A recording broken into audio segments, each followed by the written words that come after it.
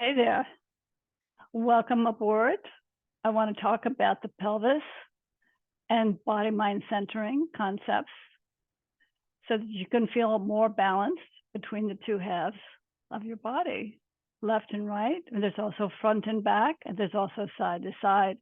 We want to be comfortable in moving in all those three planes, forward and back, left and right, and up and down. So I thought I'd show you the pelvis, and you can feel your own pelvis. I have a model of the pelvis, the one side, the other side, and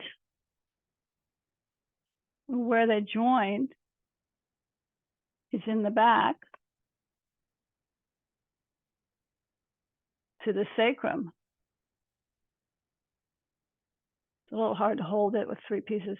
In reality, the pelvis belongs to the sides of the body, and the sacrum belongs to the spine.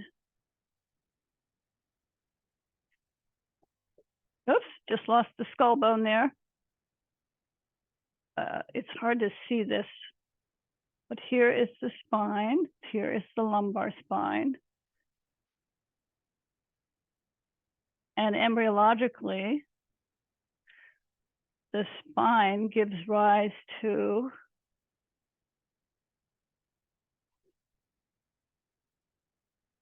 the sacrum.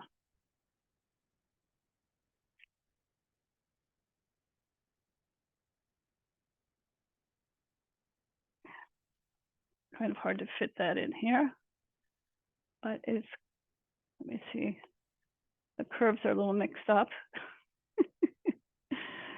But it goes, the lumbar is supposed to curve this way, and they're not curving, but the lumbar curves this way, allows the sacrum to curve backwards. So you get the idea. I put this on straight. And now there are separators or dividers between these vertebrae, which are called discs. There's a big disc here, big disc between these lumbar vertebrae, which are thicker, as you notice. And as you go up the spine, the shape of the vertebrae changes. They become smaller as they carry less weight. The lumbar are the bigger ones because they carry all the weight of the upper body. And it transfers down to the sacrum. And then in the sacrum, it divides into the left and to the right. If this division is less than perfect, then you have rotations or elevations or spirals that cause the weight to be distributed unevenly. Ideally, you'd want it to be evenly distributed. This is the right part of the pelvis. And now we're used to saying the pelvic half, but as Bonnie Bainbridge-Cohen, my teacher, pointed out, the scapula, which is homologous structure to the pelvis, you don't say the scapular half. No, you say the scapula. And so the same thing applies here. We have two scapulas and we have two pelvic bones.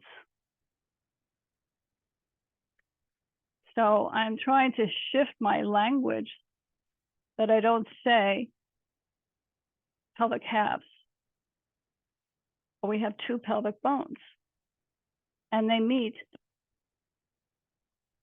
the sacrum and they meet at the bottom right here at the pubic symphysis. The pubic symphysis is right there. And guess what? There's a disc in between the two pubic bones right here in the middle. And sometimes there's a rotation here, or there's an unevenness here. And the pubic disc is not moving the way it's supposed to move. It's not evenly movable between the both of these. So let's see if we can't palpate these different structures. So put them down. And I'm going to ask you, if you're comfortable, you can stretch out on something, or you can stand, or you can kneel, and see if you can trace your pelvic sides. Feel your front of your pelvis, which will be this bone, the edge of this bone. So this is facing in.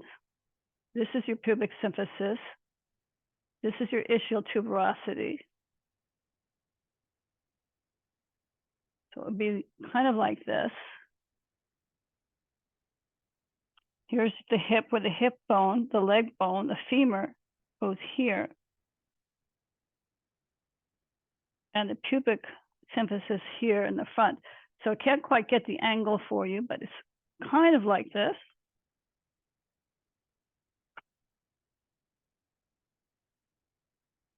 And I'll be up like so. And here is my pubic symphysis down here, pelvic bones here. And there's a disc right here in the middle. Can you find that with your own fingers? Let's see if you could feel the bones here and travel down to the pubic symphysis here. And maybe you can feel this little bit of movement between the left side and the pubic disc, and then shift over to the right side. Feel the movement between the pubic disc and the right pelvis, right here, the symphysis. And then twist, pass through the center to the other side, twist, and twist, and twist. Good, you can rock forward, bring your pubic symphysis behind you.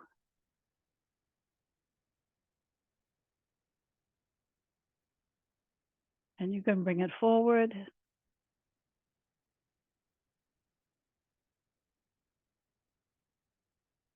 You can find the center. Take some deep breaths. And exhale. So that's the first part of studying the pelvis. Let me know if you enjoyed that, and I'll see you next time. You can always go to my YouTube videos at YouTube at Sarah K. Vogler 3307. That's Sarah K. Vogler 3307. Or check out my website, www.theneuromuscularcenter.com. I have a lot of classes, information, seminars, and more details. Thanks for coming.